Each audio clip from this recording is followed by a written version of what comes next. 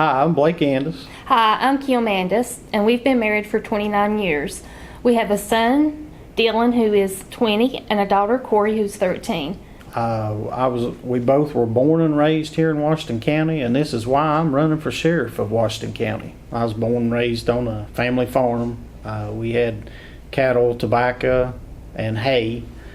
We still run that same family farm today, and cattle and hay. It's very hard work. I know a lot of the citizens here in Washington County, it's the number one producer, the agriculture, and we want to protect that. Went to Abingdon High School. Was involved heavily in the 4-H FFA, which made a big impact on my life. I was from a broken home, and I lived with my grandmother until I ended up getting married.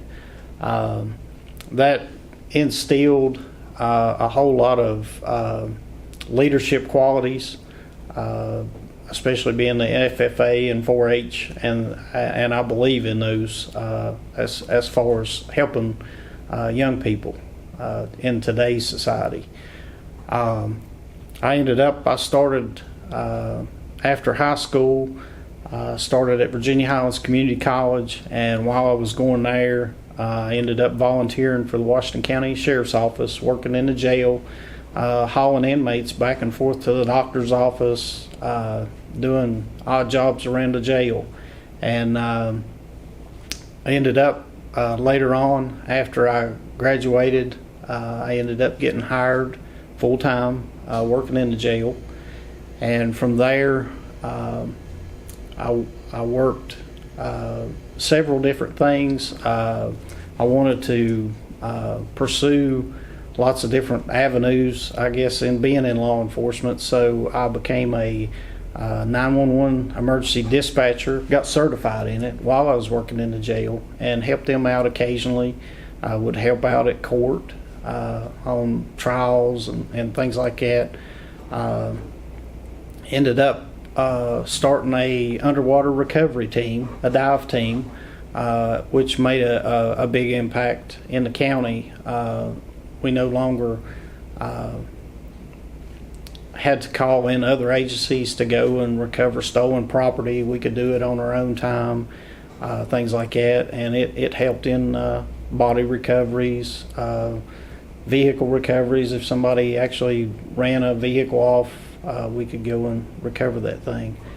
For about 7 years, during that 7 years, while I was chief deputy, I outfitted the patrol division with needed patrol rifles, updated their bulletproof vest, and added a computerized dispatch system to the car, which got an honorable mention from the governor of Virginia. Basically what that did, it tracked the deputies on their calls for service. It provided them with a GPS basically in the car, and they could keep up with the calls for service that was coming in immediately, and that way they knew exactly where they were going, and it was a computer guided system. As far as administration, we were able to track calls for service, how efficient and effective we were at that time, which helped in crime prevention and all that. Another thing that I did while I was chief deputy was initiated the accreditation process, and it's a Virginia Association of Chiefs of Police and Sheriffs that came together with certain standards, and it holds agencies accountable, and it's professional standards, and that way that we're doing something here in Washington County the same way that they're conducting business up in Richmond and Virginia Beach and others. And so that really put a professional stamp on the sheriff's office. And it basically holds the officers more accountable, and the liability of the county and the taxpayers is reduced by having that.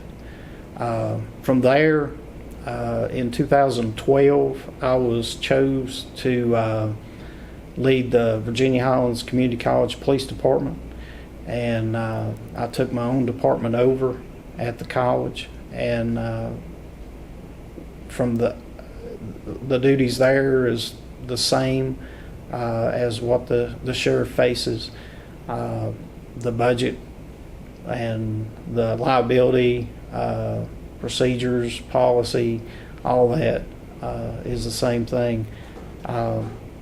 One of the things that I've learned there or been assigned is the emergency operations, and that's continuity of operation plan. If something goes wrong, how do we recover from that?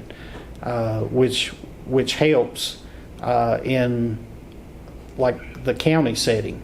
You know, if something goes wrong in one part of the county, such as the tornado in Glade Springs, how do we recover from that? What are the issues we face? How do we develop and proceed on? How do we help the people? The emergency operation plans, it helps with the different scenarios that you would face, such as active shooters or bomb threats or somebody just sick lying on the floor. It helps with that. During my career, I've had numerous schools, from everything from investigative schools to instructor schools, instructor certified from the Department of Homeland Security in response to active shooters, incident response to bombs, suicide bombers, bomb threats at schools. I've got an instructor certification from the Virginia Hunters Association. I'm an instructor at through the Department of Criminal Justice Services, where we instruct and train all the police officers in this region that is served by the Southwest Criminal Justice Academy. I sit on the executive board at the Southwest Criminal Justice Academy. I'm a member of the Virginia Association of Chiefs of Police, a member of the Virginia Association of Chief Law Enforcement Agencies. I'm also a graduate of the Washington County Leadership Program, Chamber of Commerce. And while I was at the Sheriff's Office, I got the opportunity to go to the University of Louisville's, the Southern Police Institute, and was a successful graduate of that. And that's a very prestigious class. It's a 14-week, 400 and some hours class that basically teaches you the laws of the agencies, equal employment opportunities, things like that the administrators have to know in order to not get lawsuits and things like that. But it also teaches you how to talk and communicate with other agencies, what they are doing good, what's not being done good. You know, it develops relationships all over the world. They're from Japan, Europe, Washington State. I mean, you name it. There's officers that's went through that school, which is a great resource. My administration is going to be more, I guess, held accountable. If elected sheriff, the first thing I'd want to do is do what they call a SWOT analysis, where you go in and you develop and see what your strengths, your weaknesses, your opportunities, and your threats are. That would develop a guideline for me to start with and see where our strengths are. And that's what I want to build on, is the strengths.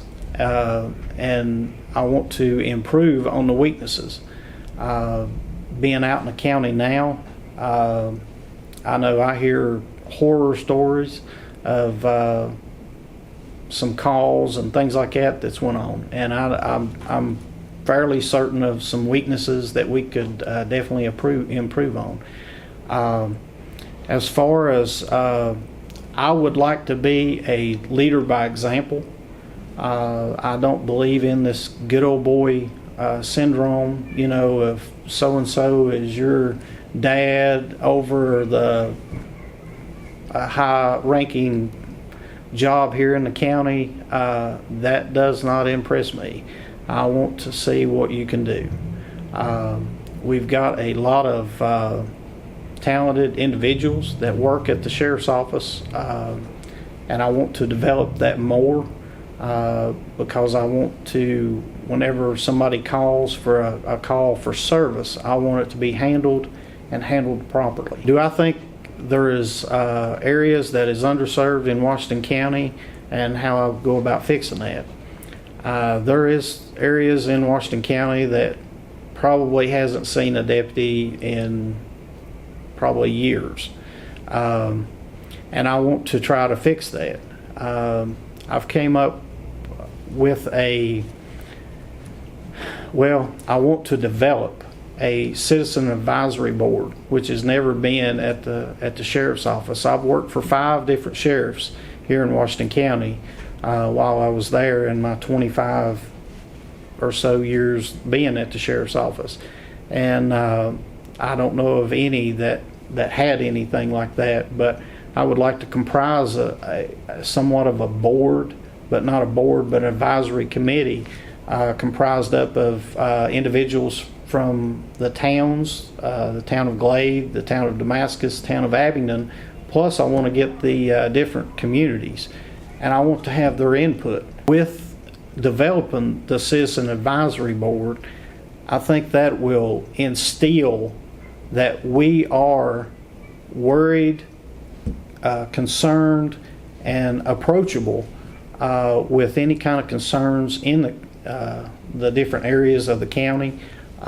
If the towns are needing help, I would like to develop some type of, if we've got homicide that takes place in a town, we are open to come help, do whatever. We're all here for one purpose, and that's to serve the people. I also want to develop a meet and greet, say with the deputies. I want to require their supervisor to find certain individuals in certain areas of this county that is remote, or you wouldn't think that anybody would be there, and have that officer meet them and say, hey, I'm Officer John Doe, and I'm here, to meet you, and the sheriff's office is looking for input from the community. Here's my card, and if you ever need anything, give me a call. And that instills a good relationship with the community and provides a good resource. If that Officer Doe has a call back down there, then he's thinking, well, I was just up here, a couple of weeks ago, and I met this family.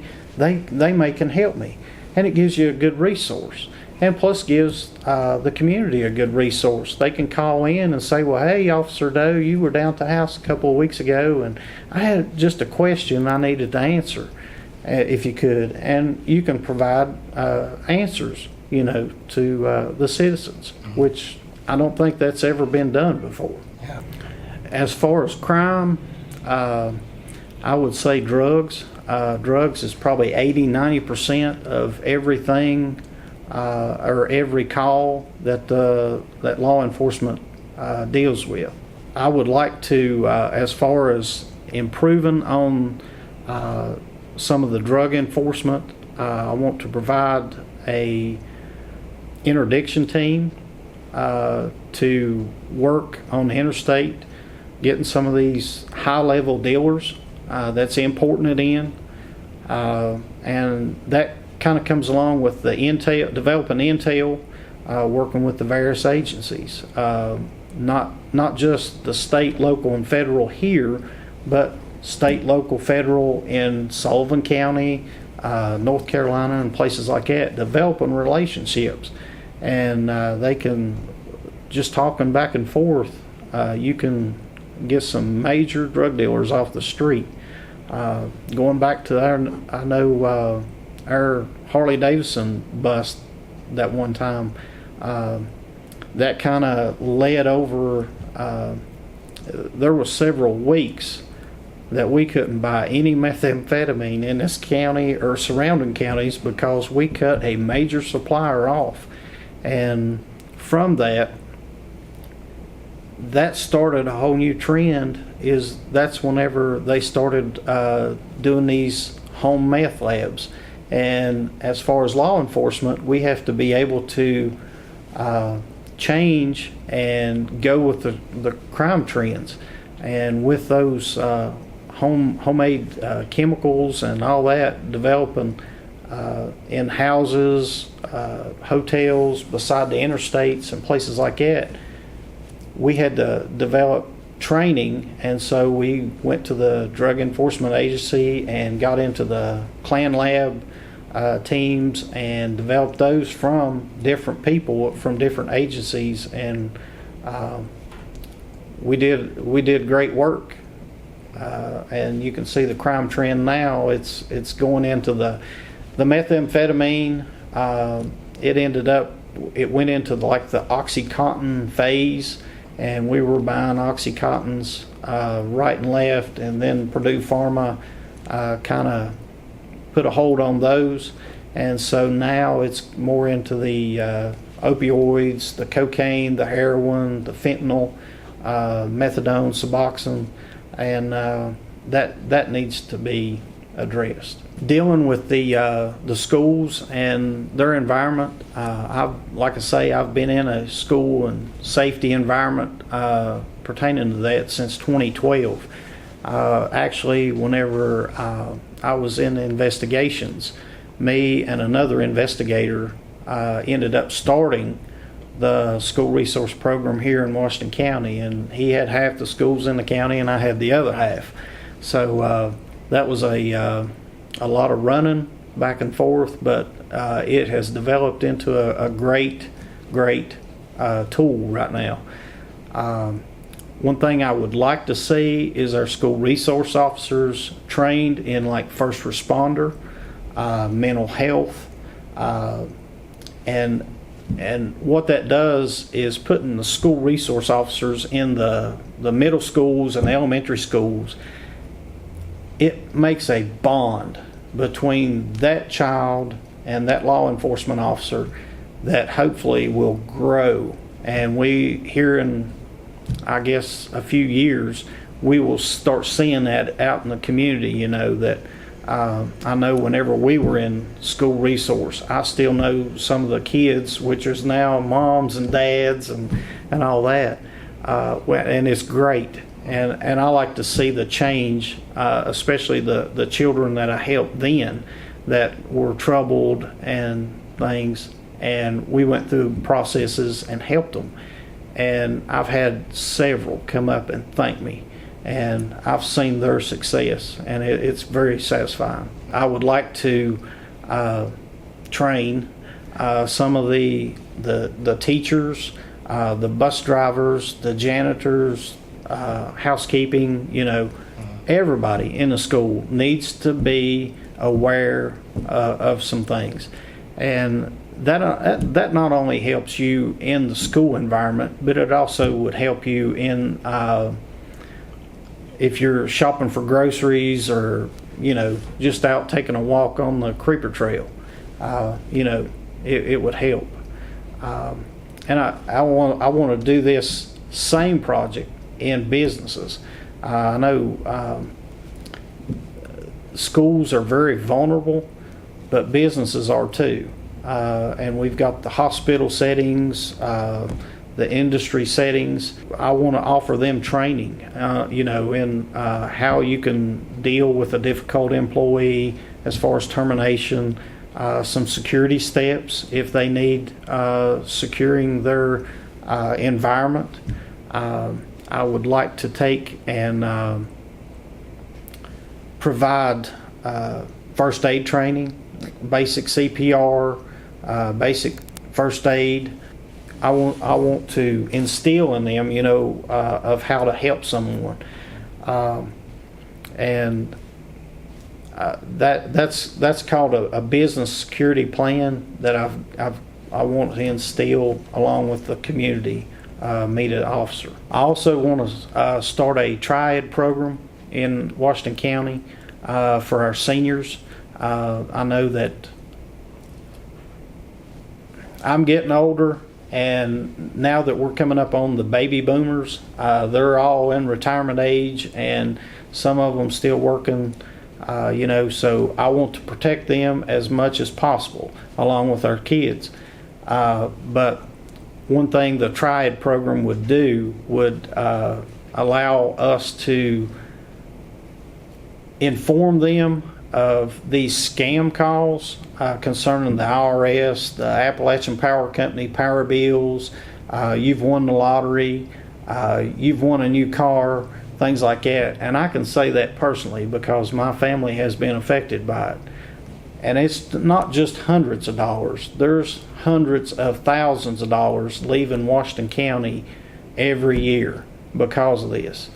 And I have talked to some seniors that they're sending taxes to supposedly a inheritance that they've got over out of Africa.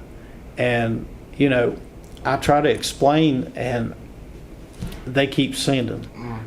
So I want to help these people, and I want to put people like that in jail. I'm Blake Andis. I'm running for sheriff in Washington County, Virginia, and I would appreciate your support on November the 5th.